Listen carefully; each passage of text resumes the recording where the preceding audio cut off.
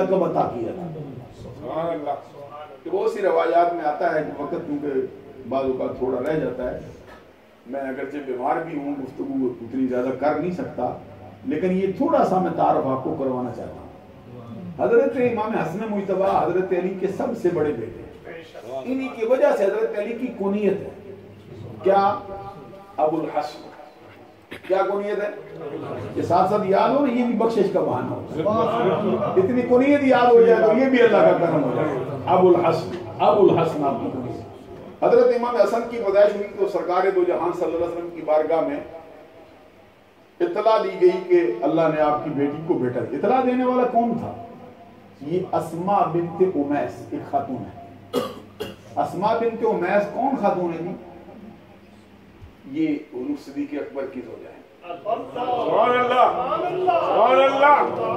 اب اندازہ لگاؤ بھائی کتنا پیار ہے. سبحان اللہ.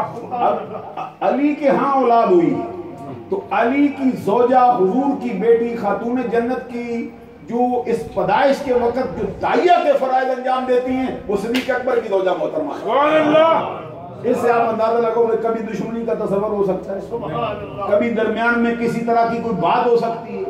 اسماء بنت امیس نے آگے سرکار سے کہا سرکار میں بچہ پیدا ہو گیا ہے، مبارک ہو، اللہ نے آپ کو خوب جیسا شہزادہ دیا ہے، لیکن ایک بات میں نے وہاں پہ دیکھی ہے کہ نہ تو کوئی میں نے تعفن وہاں پہ دیکھا ہے، نہ میں نے کوئی گندگی دیکھی ہے، نہ کوئی میں نے غلاظت دیکھی ہے، نہ کوئی اس طرح کی طبیعت کو پراگندہ کرنے والی شے میں نے دیکھی. میں تو اور جگہوں پہ بھی اولاد ہوتی ہے بچوں کی، میں جاتی ہوں، لیکن اس طرح کا شعبہ میں نے نہیں دیکھا. سرکار نے مسکرا کے فرمایا اما علمت ان فاطمہ طاہرۃ مطہرۃ. سبحان اللہ. اسماء بنت امیس تمہیں معلوم نہیں کہ میری بیٹی فاطمہ خود بھی پاک ہے، اس کی گود میں آیا ہے وہ بھی سبحان اللہ. خود بھی پاک ہے، جس کے دامن سے وابستہ ہو جائے اس کو بھی پاک. سبحان اللہ. اس وقت سرکار تو جہاں خود چل کے تشریف لائے تھے خاتون جنت کے پاس، اور آگے سرکار نے ایسے بازو پھیلائے. سبحان اللہ. مطلب یہ تھا کہ ذرا بچہ یہ میری گود میں رکھو.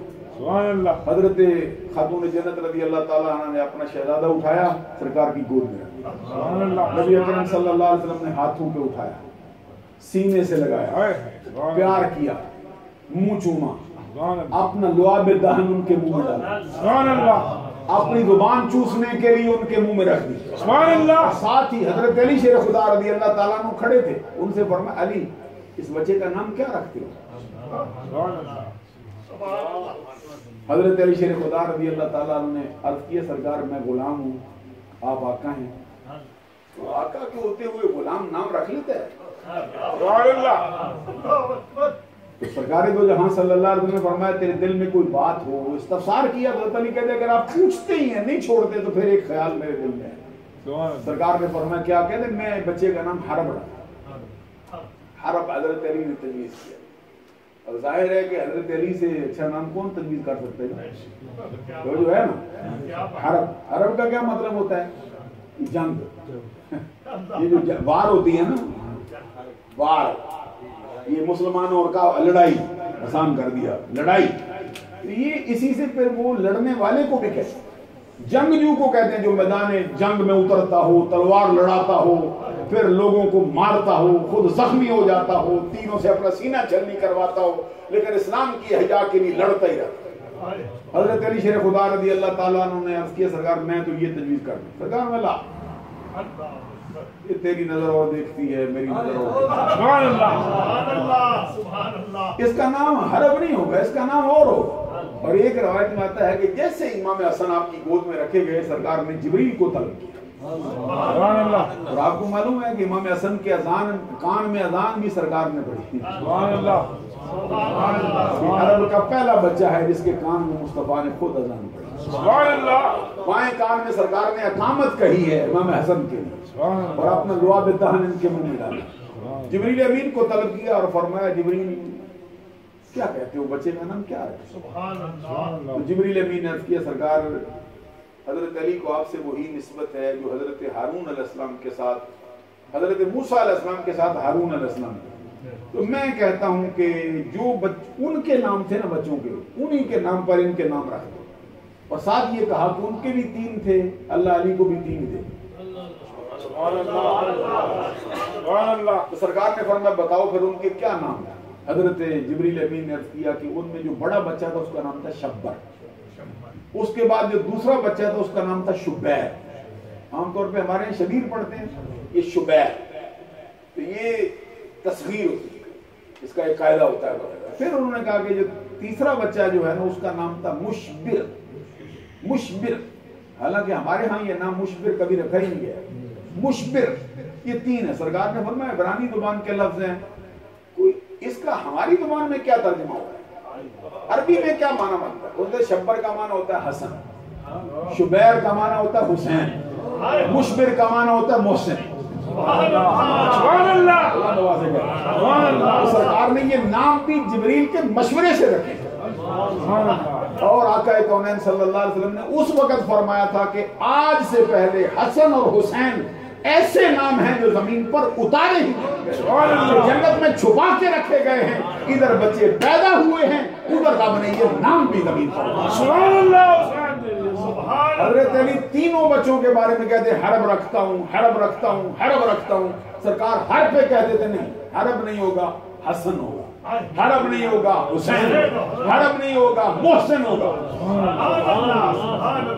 اب سوال یہ ہے کہ سرکار دو جہان صلی اللہ علیہ وسلم نے ایک ہی طرز پر، ایک ہی وزن پر، ایک ہی مادے سے، جس کو اب روٹ ورڈ کہتے ہیں، دونوں کا تینوں کا روٹ ورڈ کیا ہے؟ ہا سین نون، ادھر بھی مادہ ہا سین نون، ادھر بھی مادہ ہا سین نون، ادھر بھی مادہ ہا سین نون، ایک ہی طرز پر وزن کو بدل بدل کر سرکار نے نام رکھے ہیں۔ یہ حسنہ میں سے نکالے گئے۔ اہل لغت نے کہا کہ حسنہ کا کیا مطلب ہوتا ہے؟ سرکار نے نام رکھتے وقت ان کی شہادت کا اعلان کیا تھا، جو نظر سمجھ سکتی تھی وہ سمجھ گئی کہ الحسنہ ہی الشہادۃ لانھا حسنۃ العواقب، کہ حسنہ تو کہتے ہی شہید ہو جانے کا۔ سرکار نے فرمایا حسن بھی جامع شہادت نوش کرے گا، حسین بھی جامع شہادت۔ حضرت علی سے فرمایا تو ان کا نام ان کے افعال کے حوالے سے رکھنا چاہتا تھا، میں ان کا نام ان کے انجام کے حوالے سے رکھنا۔ یہ نبی اکرم صلی اللہ علیہ وسلم نے بچپن میں ہی ان کی شہادت کا اعلان کر دیا تھا۔ بڑی مشہور حدیث ہے ام الفضل بنت حارث، یہ نبی اکرم صلی اللہ علیہ وسلم کی چچی جان ہے، حضرت عباس کی بیوی ہے، حضرت عبداللہ بن عباس کی امی ہیں۔ یہ ان خواتین میں سے جو ابتدائی اسلام میں اسلام کی دولت سے مالا مال ہو گئی۔ بعد نے تو یہاں تک لکھا ہے کتابوں میں کہ حضرت خدیجہ کے بعد عورتوں میں جو سب سے پہلے اسلام لائی یہ ام الفضل بنت حارث۔ ام الفضل بنت حارث سرکار کی چچی جان، وہ کہتی میں ایک روز بارگاہ رسالت میں حاضر ہوئی، انی رأیت حلما منکرا اللیلہ، کہتے میں بارگاہ رسالت میں حاضر ہو کہ میں نے عرض کیا سرکار آج رات میں نے بڑا بھیانک خواب دیکھا، اس قدر بھیانک خواب ہے کہ میری زبان پہ نہیں آتا، بڑا سخت ہے، میں گھبراتی ہوں۔ تو ادھر سرکار ہے، انگلی اٹھا دے چاند کا کلیجہ چیر دیتے، ہاتھ اٹھا دے ڈوبا سورج پلٹا کے وقت اثر پہ رکھ دیتے، توجہ کر دے کنکریوں سے کلمے کی آواز آنے لگ جاتی، مہربان ہو جائے تو انگلیوں سے پانی کے چشمے جاری فرما دے۔ اللہ کی تخلیق میں جیسا مصطفیٰ چاہے ویسا اللہ فرماتا۔ تو سرکار نے ادائے بے نیازے فرمایا ماں ہوا، جو کچھ دیکھا بیان کرنا۔ حضرت ام الفضل بنت حارث نے موقع کی نزاکت کو سامنے رکھ کر کہا انہو شدید ہو، سرکار بڑا سخت ہے، وہ سخت ہے، زبان پہ نہیں آتا۔ سرکار نے فرمایا ماں ہوا، وہ سخت ہے تو پھر کیا ہوا؟ آپ بھی کبھی اندازہ تو لگاؤ نا سرکار کی بے نیازی، فرمایا جیسے ہم کہہ دیں گے ویسا ہو جائے گا، نہ گھبراؤ۔ سرکار نے فرمایا ماں ہوا، بیان کر۔ انہوں نے جواب دیا کأننا قطعۃ من جسدک قطعت فبدیت فی حجری، سرکار گویا کہ آپ کے بدن مبارک کا ایک حصہ ہے، یہ قطعت کا معنی ہوتا ہے کاٹ دیا گیا ہے، یہ مجھول ہے، پیسے واحد ہے، یہ کاٹ دیا۔ ہم یہاں پہ چونکہ سرکار کی طرف نسبت ہوتی ہے، اس کا معنی ذرا کاٹنا اچھا نہیں سمجھتے، یعنی سرکار آپ کے بدن مبارک کا ایک حصہ ہے جو الگ کیا گیا، الگ کر کے میری جھولی میں ڈال دیا گیا، تو میں پریشان ہوں۔ تو سرکار مسکرا پڑے، فرمایا رأیت خیرا وہ تو نے تو بڑا اچھا خواب دیکھا ہے، سبحان اللہ گھبراتی کیوں؟ یہ تو بہت اچھا خواب ہے۔ سبحان اللہ سرکار دو جہاں صلی اللہ، معلوم ہوا کہ کبھی ظاہری طور پر خواب اور ہوتا ہے، حقیقت میں کوئی اور شے چھپی ہوتی ہے، اس لیے خواب کی تعبیر پوچھنے کے لیے بھی کوئی انسان ہونا چاہیے۔ یہ جو ہاتھ دیکھتے رہتے ٹی ویوں میں بیٹھ کے، وہ نہیں ہونے چاہیے۔ جو بندوں کی قسمتوں کا حال بتاتے رہتے، وہ نہیں ہونے چاہیے۔ جو بندوں کی جیبوں پہ نظر رکھنے والے ہوتے، وہ نہیں ہونے، اللہ کا بندہ ہونا چاہیے۔ سبحان اللہ اور یہ ایک بطور آپ سے عرض ہے کہ خواب کے بارے میں اہل سنت کا نظریہ یہ کہ جب تک یہ بیان نہیں ہوتا اس کی کوئی حقیقت نہیں، کچھ بھی نہیں ہوگا۔ سخت سے سخت خواب ہو، جب تک آپ نے بیان نہیں کیا، کسی معبر نے اس کی تعبیر نہیں کر دی، اس وقت تک کچھ نہیں۔ اس لیے معبرین کو بھی حکم ہوتا ہے کہ جیسے بھی ممکن ہو نا اس خواب کی تعبیر کو سیدھا کریں، بندے کا بھلا ہو جائے۔ وقت ہوتا تو میں تھوڑا سا آپ کو بتاتا کہ اس امت کے سب سے بڑے معبر کون ہیں امت میں؟ صدیق اکبر۔ کسی موقع پر حضرت شہباز صاحب نے طلب کی ہے نا صدیق اکبر کی شان پہ، تو یہ بھی بیان کریں گے تعبیر کیسے کرتے تھے۔ بڑے بڑے مواقع پر صدیق اکبر سرکار کے سامنے سوال ہوتا تھا، صدیق اکبر سرکار میں نہ بیان کروں، تو سرکار کہتے بیان کر نا۔ اچھا کبھی بیان کر بیٹھتے تو سرکار پوچھتے پھر صدیق اکبر سرکار میں نے صحیح بیان کیا ہے؟ تو جواب میں سرکار فرماتے تھوڑا سا صحیح کیا ہے، تھوڑی سی تجھ سے پتہ ہوگی۔ تو ہمارے ایک بہت بڑے بزرگ ہوئے علامہ عبدالعزیز دباغ، یہ جن کا مزار اقدس ہے مراکش میں، فیض، ان سے ان کے شاگرد نے پوچھا، ان کے مرید نے پوچھا، وہ بڑا پڑھا لکھا مرید ان کا شیخ الحدیث تھا، جامعہ نظامیہ 22 سال دورہ حدیث پڑھاتا رہے۔ انہوں نے پوچھا یہ صدیق اکبر سے جو خواب تعبیر ہوئی تھی یہ آپ کو آتی ہے؟ تو انہوں نے فرمایا ہاں مجھے آتی ہے۔ تو کہتے ہیں میں نے پوچھا تو انہوں نے فرمایا مجھے آتی ہے، بالکل اول سے آخر تک آتی ہے۔ آپ کو کیسے آ جاتی ہے؟ صدیق اکبر کو تو صحیح آئی نہیں، آپ کو کیسے آ گئی؟ وہ کہتے ہیں میں خود کا کیسے بیان کر سکتا ہوں؟ یہ ذرا اٹھا کے اوپر نظر دیکھنا، یہ مصطفیٰ کھڑے وہ مجھے بتا دیتے ہیں، میں تجھے بتا دیتا ہوں۔ وہ کہتے ہیں صدیق اکبر سے کیسے خطا ہو گئی ہے؟ ان سے کیوں خطا ہو گئی؟ وہ کیوں ان سے تھوڑی سرکار نے فرمایا خطا ہو گئی؟ آگے سے عبدالعزیز دباغ رضی اللہ تعالیٰ نے فرمایا اس لیے کہ جب سورج چڑھا ہو تو پھر ستارہ کہاں نظر آتا ہے؟ جب سورج چمکتا ہو پھر چاند کی کیا حیثیت ہوتی ہے؟ مصطفیٰ کے سامنے جو بھی بیٹھے اس کا علم دب جاتا ہے، کچھ یاد نہیں۔ ابو بکر کا حوصلہ ہے اتنا بھی صحیح بیان کر گیا، ابو بکر کا حوصلہ اتنا بھی صحیح بیان کر گیا مگر میں کوئی نہیں کر سکتا۔ بات ذرا لمبی ہوتی جا رہی ہے کیونکہ مضمون تو ہمارا اور ابھی وقت بھی ہو گیا، تو میں چھوڑ ہی دینا چاہتا ہوں حضرات۔ جو بات کر یہ صدیق اکبر رضی اللہ تعالیٰ نے سرکار کی تعبیر پر بھی اپنی تعبیریں پیش کی۔ یہ بہت ضروری ہے چونکہ یہ مسئلہ آپ اٹھتے ہیں فوراً جا کے کسی تعویذ دھاگے والے کو یہ زندہ کرتا ہے، ایک ہوتا ہے یہ تعویذ کرتا ہے قرآن و حدیث سے، یہ جائز ہے اور اللہ نے اس میں شفا رکھی ہے۔ تو خود صحابہ کرام نے کی تعویذ کیے ہیں، گلے میں ڈالے ہیں، تعویذ کے اندر اللہ نے تاثیر رکھی ہے جس طرح دعائی میں تاثیر ہوتی ہے۔ غور کرو وہ کہتے ہیں بندے بھائی نہیں بات یہ اچھا شفا من جانب اللہ ہوتی ہے، ہم نے کہا شفا من جانب اللہ ہی ہوتی ہے، تو کہتے ہیں پھر یہ ان پیروں کے پاس کیا لینے جاتے ہو؟ ہم کہتے ہیں طبیبوں کے پاس کیا لینے جاتے ہو اور ڈاکٹروں کے پاس کیا لینے جاتے ہو؟ شفا تو اللہ دیتا ہے۔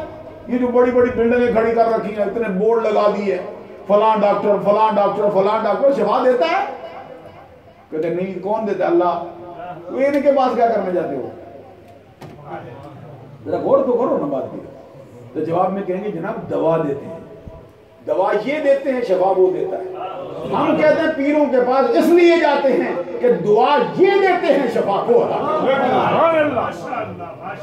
سچے پیر ہوں، سچے ہوں، جو قرآن حدیث سے چیزیں اخذ کرتے ہوں اور جو نظریہ اہل سنت کے مطابق کرتے ہوں، ان کا تعبیر بھی صحیح ہے، ان کی خدمت میں جانا بھی صحیح ہے۔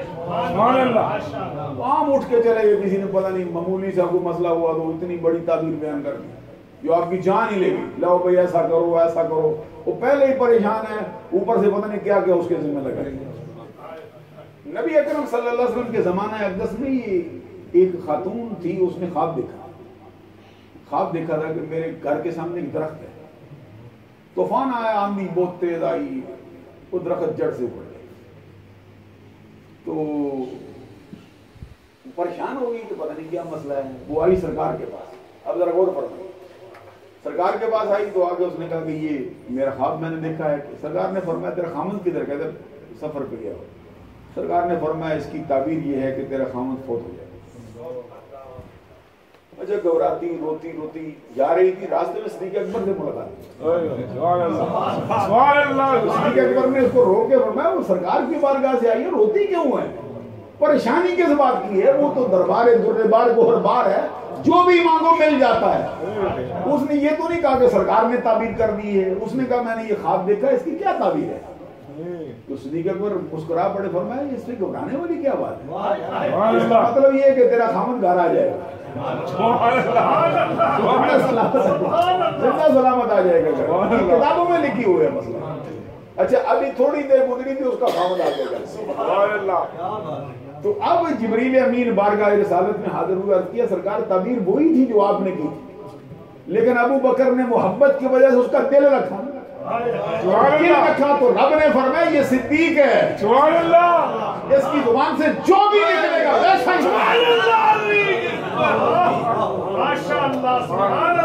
حضرات، یہ حضرت ام الفضل بنت حارث، وہ کہتی ہیں سرکار میں نے یہ خواب دیکھا، فرمایا رائی کی خیر ہے، تو نے بڑا اچھا خواب دیکھا۔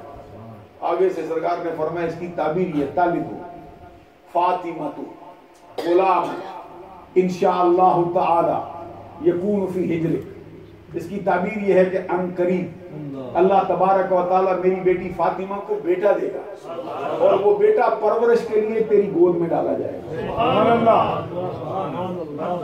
اب اللہ کا کرنا ایسا ہوا، امام علی مقام امام حسین پیدا ہوا، تھوڑی دیر تک حضور مائی صاحبہ خاتون جنت نے پالا، پھر ام الفضل بنت حارث کو دے دی۔ اب یہاں سے اندازہ لگاؤ ام الفضل بنت حارث کا بھی کچھ حصہ تو ہے نا شہزادوں کی خدمت میں، تو کیسی ناانصافی ہے، کبھی ان کو یاد ہی نہیں کرتے ہو۔ حضرت ام الفضل بنت حارث رضی اللہ تعالیٰ عنہ لے کے آئی، کہتے ہیں کبھی کبھی سرکار کے پاس لے آتا، تو میں ایک دن لائی نہ تو میں نے حضرت امام علی مقام کو سرکار کی گود میں رکھا، کسی کام کاج میں لگ گئی، تھوڑی دیر کے پلٹ کے میں نے دیکھا نا فَإِذَا عَيْنَا رسول اللہ صلی اللہ علیہ وسلم تُحْرِقَانِ الدَّمُ، کہتے میں نے دیکھا کہ سرکار کی آنکھیں آنسوؤں سے چھم چھم برسیں، سرکار زار و قطار رو رہے ہیں، اس قدر شدت سے رو رہے تھے، میں نے کبھی دیکھا ہی نہیں سرکار کی آنکھوں سے ایسے آنسو برستے۔ کہتے میں پریشان ہو گئی، میں نے کہا بے ابی انتا و امی مالکا یا رسول اللہ، آقا میرے ماں باپ آپ پر قربان ہوں، ماجرا کیا ہے؟ یہ رونے کا کون سا موقع ہے؟ بیٹا تو آپ کی گود میں ہے اور آپ کائنات کے مالک ہیں، رونے کی کیا بات ہے؟ سرکار دو جہاں صلی اللہ علیہ وسلم نے فرمایا اخبرانی جبرائیل ان امتی ستقتل ابنی ھذا من بعدی یعنی الحسین، ابھی جبرائیل امین نے مجھے خبر دی ہے کہ میرا بیٹا حسین میری امت کے ہاتھوں میرے بعد بے دردی کے ساتھ شہید کر دیا۔ یعنی نبی اکرم صلی اللہ علیہ وسلم نے امام علی مقام کے بچپن میں ہی اس بات کی خبر دے دی تھی کہ حسین ابن علی شہید ہونے والے، اور پھر سرکار نے نام رکھ کر بھی اعلان کر دیا تھا کہ میرا بیٹا حسین جو ہے یہ شہادت کے مرتبے پر فائز ہونے والا ہے۔ اور پھر یہ بات ہے کہ عبداللہ بن عباس رضی اللہ تعالیٰ عنہ کہتے ہیں کہ ما کننا نشک واہل البیت متوافرون ان الحسین ابن علی یقتل بارض الطف۔ اس کا مطلب یہ ہے کہ کہتے ہیں کہ ہم اہل بیت کے کسی ایک فرد کو اس بات میں شک ہی نہیں تھا کہ حسین جب بھی کربلا کا سفر کرے گا شہید کر دیں گے۔ اور ایک اور بہت بڑے مشہور صحابی حضرت انس بن حارث ان کا نام، وہ فرماتے ہیں نبی اکرم صلی اللہ علیہ وسلم نے فرمایا کہ ان الحسین ابن علی یقتل بارض یقال لها کربلا۔ یعنی سرکار دو جہاں صلی اللہ علیہ وسلم نے فرمایا کہ حسین بن علی جس میدان میں قتل کیا جائے گا اس میدان کا نام میدان کربلا ہے۔ یہی وجہ ہے کہ جب امام علی مقام کو گھیرا گیا تھا اور یہ جو یزیدیوں کی فوج نے آپ کو ڈرگ میں لیا تھا، اس وقت امام علی مقام جب یہاں پہنچے تھے فرماتے تھے بتاؤ اس جگہ کا نام کیا ہے؟ اچھا کسی کو پتہ ہی نہیں چلتا تھا، کوئی اس کا کوئی نام بتاتا تھا، کوئی اس کا کوئی نام بتاتا تھا، کوئی اس کا کوئی نام بتاتا تھا۔ امام علی مقام کو اطمینان نہیں ہوتا۔ پھر ایک پیچھے سے بوڑھا بابا ملا، اس نے کہا یہ کربلا ہے۔ امام علی مقام نے فرمایا یہی ہمارا مقصود ہے، عباس یہاں پہ خیمے گاڑ دو شہادت کرو۔ نواز رسول نے جو شہادت پائی ہے یہ بے خبری کے عالم میں نہیں، باخبری کے عالم۔ اور یہ حدیث جو بھی میں پڑھ رہا تھا انس بن حارث کی، سرکار کا فرمان ہے کہ اس وقت فمن شاہدہ ذالک منکم فلینصر، تم میں سے اس وقت جو بندہ بھی موجود ہو اس کو چاہیے میرے حسین کی خدمت کے لیے آگے بڑھ جائے۔ فخرج انس بن حارث فقتل بها مع الحسین، حضرت انس بن حارث نے اپنی زندگی میں وہ منظر پایا جب کربلا کا موقع آیا، وہ بھی نکلے اور امام علی مقام کی میت میں آپ سے پہلے شہادت کے درجے پر پہنچا۔ یہ حضور نبی اکرم صلی اللہ علیہ وسلم کی محبت نے ان کو ایسے پالا ہے اور امت کے ہاتھوں پر آپ کے ساتھ یہ سلوک کیا گیا۔ اگر وقت ہوتا تو پھر میں کچھ گزارشات اور بھی آپ سے پیش کرتا، اسی بات پر اکتفا کرتا ہوں۔ دوران گفتگو مجھ فقیر سے کوئی چھوٹی بڑی غلطی سرزد ہوئی ہو، اللہ سے آپ لوگوں سے معافی کا طلبگار ہوں، اور نظریہ اہل سنت کے خلاف کوئی جانے انجانے میں کوئی جملہ مجھ سے سرزد ہو گیا ہو اس کے لیے بھی معافی چاہتا ہوں۔ اے حسین ابن علی تم پر سلام، تم پہ لاکھوں رحمتیں لاکھوں سلام۔ اے شہیدان محبت کے امام، لالا گوں لالا کفن لالا بدن، چمن اندر چمن، اے زندگی ہی زندگی تیری حیات، اے حیات اندر حیات، افتخار ملت بیضا ہے تو، رب کعبہ کی قسم یکتا ہے۔ ہم ان کی بارگاہ میں خراج تحسین پیش کرتے یہی کہتے ہیں اس نواسے پر محمد مصطفیٰ کو ناز ہے، اس پیارے پر علی شیر خدا کو ناز ہے، اس نواسے پر محمد مصطفیٰ کو ناز ہے۔ لاکھوں نے سجدے کیے اس کا عجب انداز ہے، اس نے وہ سجدہ کیا جس پر خدا کو ناز ہے۔ یہ اہل سنت کا نظریہ ہے کہ اللہ بھی مباحات فرماتا ہے، اور ہم کہتے ہیں حسین اب بھی زندہ ہے۔ کربلا کی خاک سے پوچھو، خدائے لم یزل سے، صاحب لولاک سے پوچھو، علی اصغر علی اکبر سخی عباس کا درجہ کس و ناقص سے مت پوچھو، قرآن پاک سے۔ وآخر دعوایا الحمدللہ۔